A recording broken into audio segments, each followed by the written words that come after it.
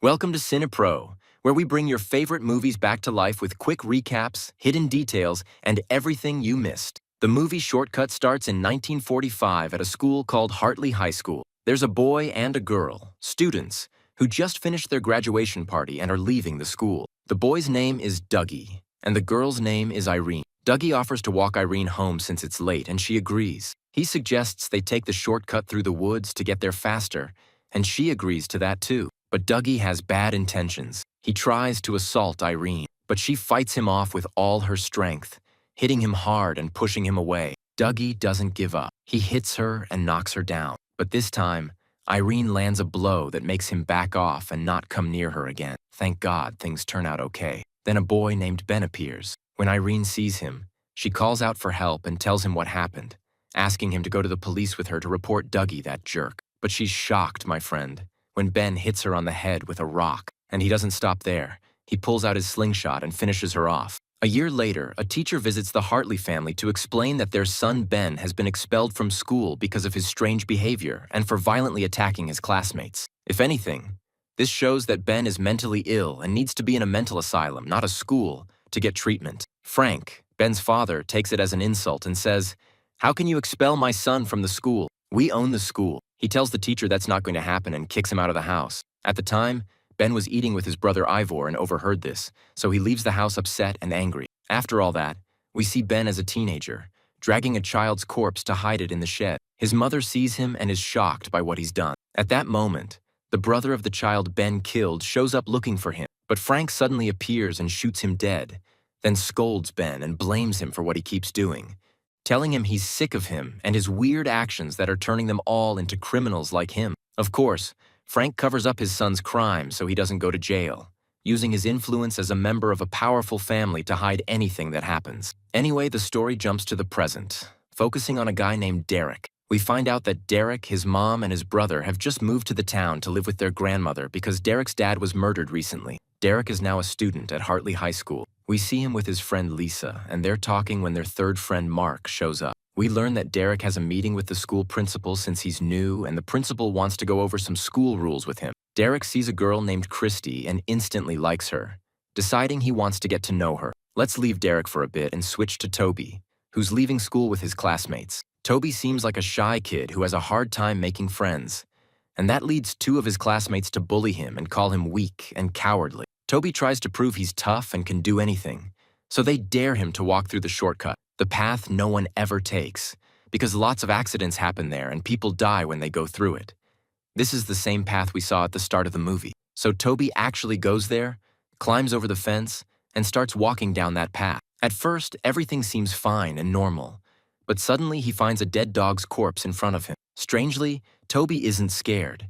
He starts poking around the corpse almost like he enjoys it. But the weirdest part is that suddenly an old man appears behind him, holding a shovel and asking in a creepy, scary voice, "Do you like corpses?" Of course, Toby freaks out and tries to run, but he slips, falls to the ground, and his clothes get completely covered in blood. Still, he keeps running as fast as he can until he gets home. There, Derek sees him and is freaked out by how scary he looks. Toby tells Derek he's innocent this time and begs him not to tell his mom. My friend, this means Toby is hiding a big secret, and what confirms that is Derek promising not to tell his mom, but insisting Toby has to tell him what happened. So Toby tells him about the shortcut he took, the dead dog he saw, and the terrifying old man who appeared out of nowhere. Derek reassures him and says he'll look into the whole thing himself and find out what's up with that old guy. Dougie goes to check out that shortcut path. He's planning to cross it, but then Mark calls him so he doesn't miss his shift at the restaurant where they both work. So Derek decides not to go through with his plan and heads to work instead.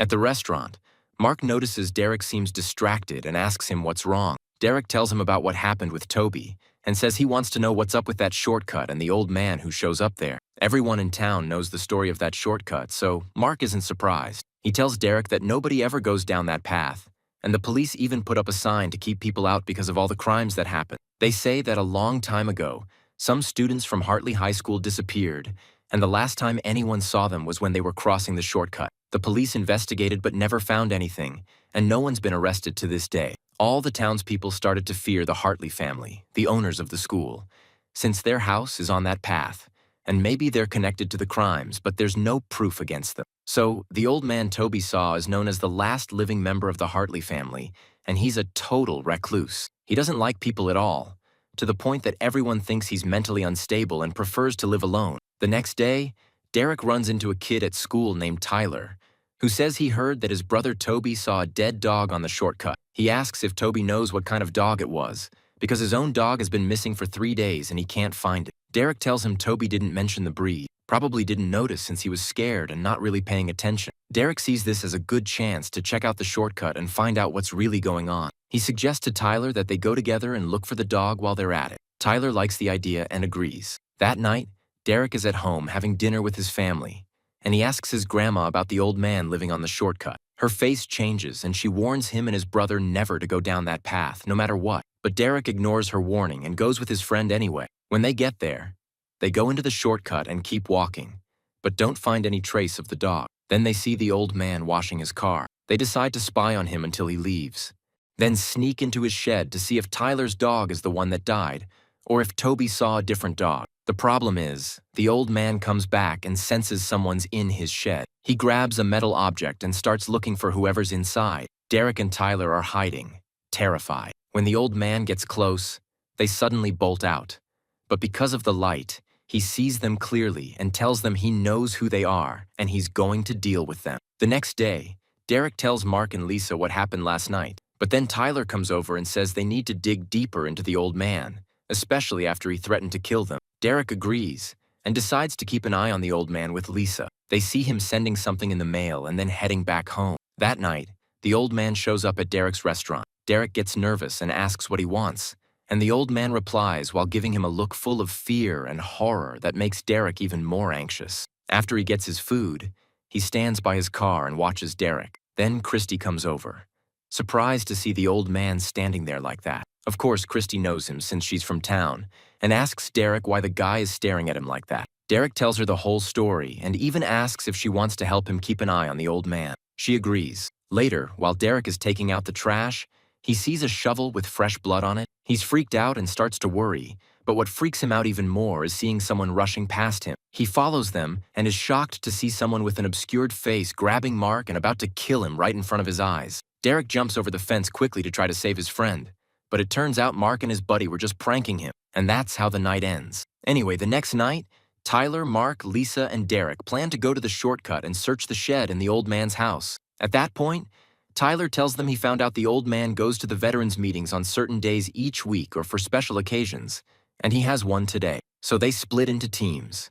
Tyler, Lisa, and Mark wait by the shortcut, while Derek and Christy stake out the meeting spot. As soon as the old man arrives at the meeting, Derek calls his friends and tells them to move. They go through the shortcut and reach the old man's shed, searching for anything that might explain his story, but they don't find anything. So they decide to sneak into his house. Lisa climbs in through the window and opens the door from inside for Tyler and Mark, and they all start searching the house. They find really old statues everywhere in the house. At that moment, everyone realizes this house has something off about it, because they go down to the basement and find a metal door. They hear someone inside calling for help, so they quickly open the door and find an old man lying on the bed, chained by his hands and neck, begging them to free him and save him from what he's going through. Of course, they all feel sorry for him and try to unlock him quickly before the old man comes back. Derek and Christy see the old man leaving the meeting and getting in his car to head home. Derek tries to call his friends, but none of their phones have signal, so he decides to leave the old man and race to the house before him to warn his friends.